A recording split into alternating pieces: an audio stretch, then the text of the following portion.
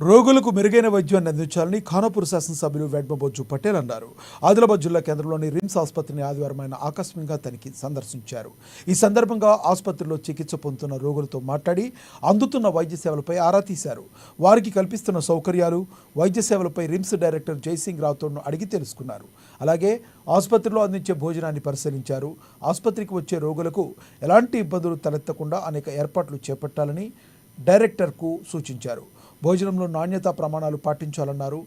Viral జ్వరాలు తీవ్రంగా విజృంభిస్తున్నాయని, ప్రజలు తగిన జాగ్రత్తలు తీసుకోవాలని తెలిపారు. నిత్యం పరిసరాలను పరిశుభ్రంగా ఉంచుకోవాలన్నారు. ఈ కార్యక్రమంలో కాంగ్రెస్ పార్టీ నాయకులు తదితరులు పాల్గొన్నారు.